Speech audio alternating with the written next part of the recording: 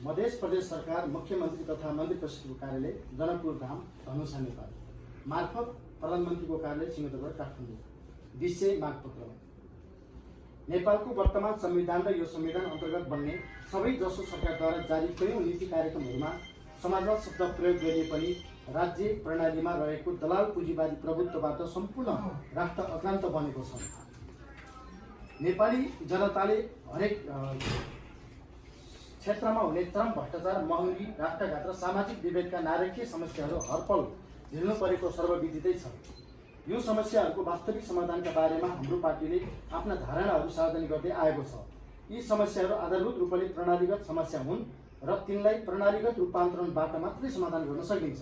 यी समस्याहरू नेपाली जनता र नेपाल राष्ट्रका समस्या नभएर हामीले भोगिरहेको दलाल पुँजीवादी राज्य प्रणालीद्वारा सृजित समस्याहरू हुन् र यसको समाधान दलाल पुँजीवादको अन्त्य एवं वैज्ञानिक समाजवाद स्थापनाबाट मात्र सम्भव छ। दलाल पुँजीवादको विस्थापन र समाजवाद लागू गर्ने समाजवाद विषयमा नेपालका अधिकांश पार्टीहरू नीतिगत रूपमा सहमत भए पनि त्यसको कुनै साझा राष्ट्रिय सहमति बन्न सकेको छैन।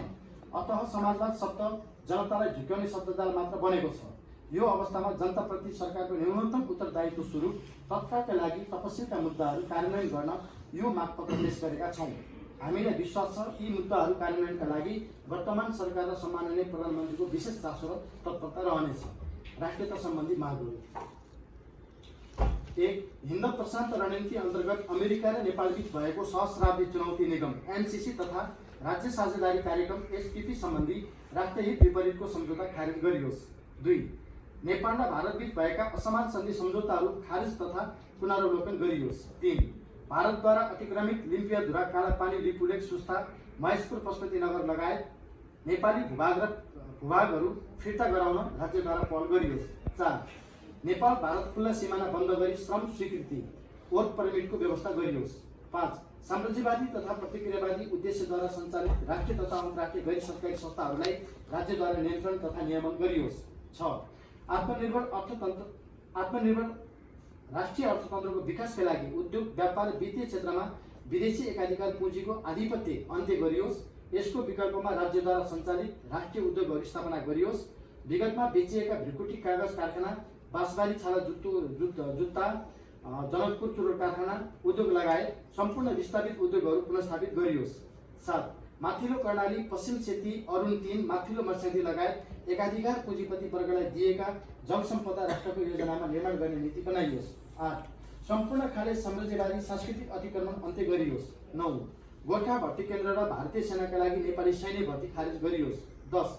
भारतीय नम्बर प्लेटका गाडीहरूको निर्बाध नेपाल प्रवेश नियन्त्रण गरियोस्। यो राष्ट्रियतासँग सम्बन्धित 10वटा माग भयो। जनतन्त्रसँग सम्बन्धित मागहरू। 1.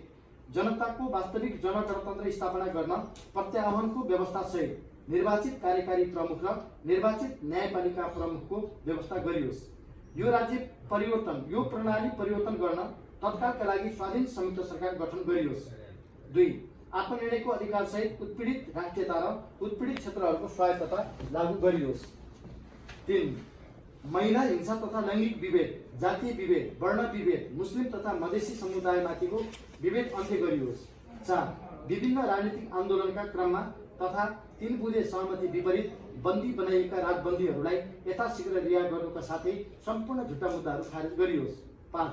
राज्यद्वारा गिरफ्तार व्यक्तिलाई लगाइएको मुद्दा प्रमाणित नभएमा त्यसको क्षतिपूर्ति दिने व्यवस्था गरियोस्। यो जनतन्त्रसँग सम्बन्धित 5 माग भयो। अब जनजीविका सम्बन्धी मुद्दाहरू छन्। 1. सम्पूर्ण नेपाली जनतालाई जमिनमाथिको जन्मसिद्ध अधिकार सुनिश्चित गरियोस्। 2. दलाल तथा नोकरशाही पुँजी राज्यद्वारा अधिग्रहण गरी राष्ट्रिय उद्योगहरू स्थापना गरियोस्। साथै साना तथा मझौला उद्योगहरूलाई विशेष सहुलियतको व्यवस्था गरियोस्। 3.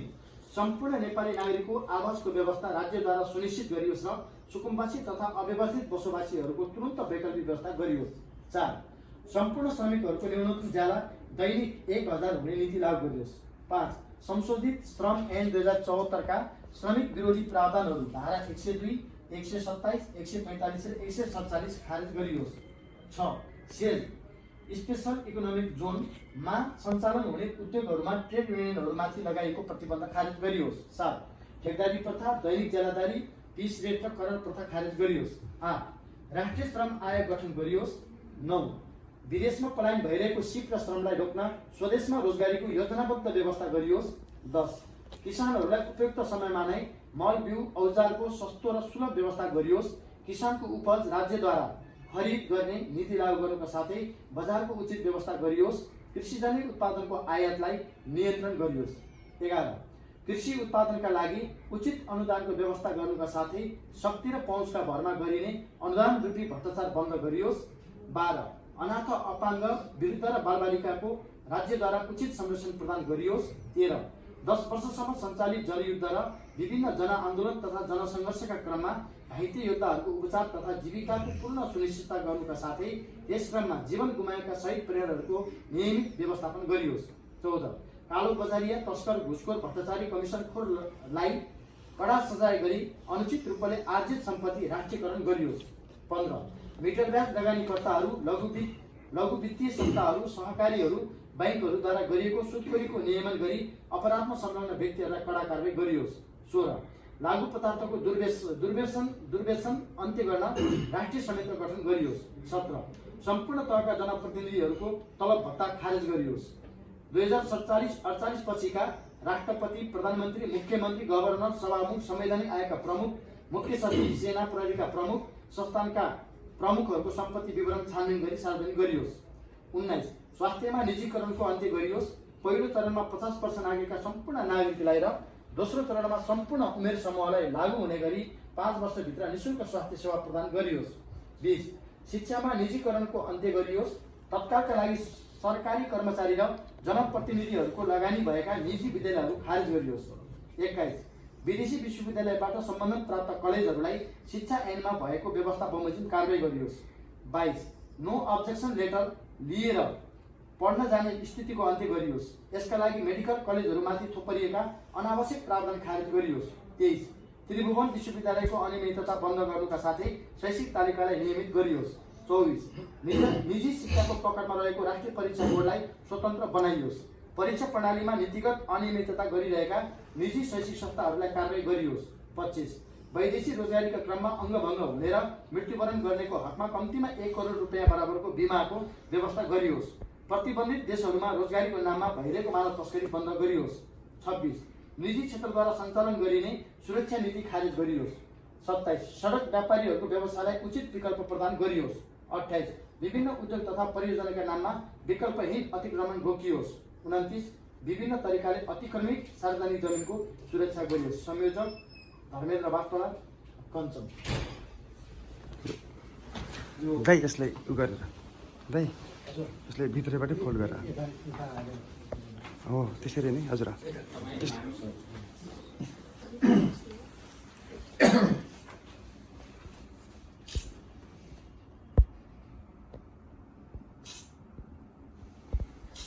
यता